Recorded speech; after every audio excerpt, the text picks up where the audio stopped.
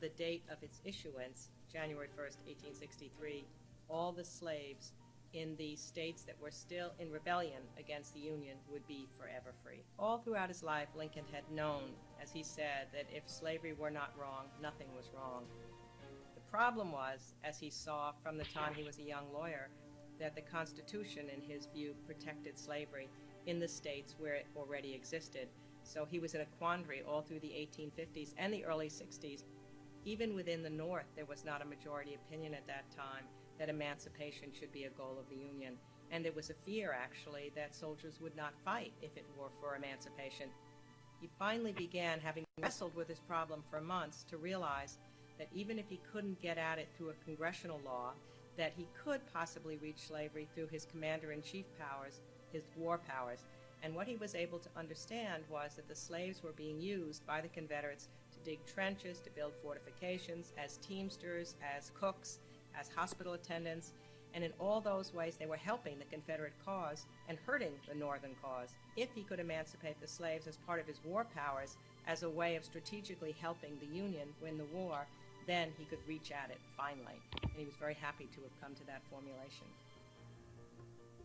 Lincoln brings his cabinet officers together and he tells them, I have made a decision about what I am going to tell you.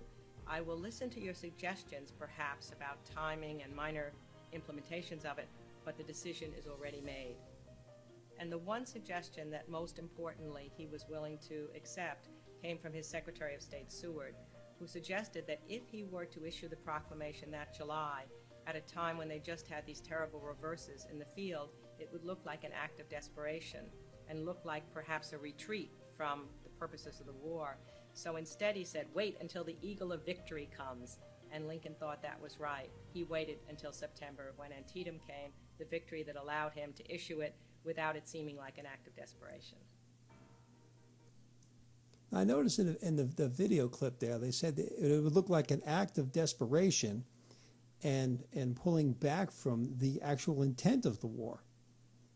So if presenting freedom of slavery, the emancipation of slaves was to appear to be a retraction from the true purpose of the war, then clearly slavery was not the true purpose and intent of the war. I mean, right. Am I correct in that? Right. No, it's true, and it became an issue that the abolitionists pushed it as an issue because they saw a political advantage and they pushed the issue. People like Horace Greeley wrote these really scathing articles in the New York Tribune to push the issue as abolitionists, and really, it's the small band of rabble rousers, so to speak, because the abolitionists were never a large political force, but they had a big microphone, and they were able to make the debate about slavery, and to say that if we don't use this opportunity now to end this practice, then it won't be ended. So they pushed the issue, and they enabled the president to take that up and to make the war about slavery. So the war became about something that it was not about initially, and that's something that that is lost really in our history, because when they teach it in the history books, they don't teach about state rights and secession and the tariffs, the trade practices that the North had inflicted on the South because of overrepresentation in the House. That was designed within the Constitution. The South was underrepresented in the House of Representatives because the Constitution was an anti-slavery document from the get-go. It counted slaves less because it did not want the South to have votes based on a population that was in bondage. So the idea of saying that the Constitution was a pro-slavery document is definitely not true, because you look at the Constitution, it limits the power of states that have slaves in the House of Representatives, the more important of the two bicameral bodies, and it also put hard limits on the importation of slaves so that the practice would be ended down the road. Yeah, I agree with you. And the first time that I came across some of this, like you were talking about the tariffs. I read a book, I think it was American Lion, about Andrew Jackson. And that was one of the things that he faced when he came into office. South Carolina was prepared to secede if the issue of the tariffs wasn't addressed. He wanted the tariffs removed.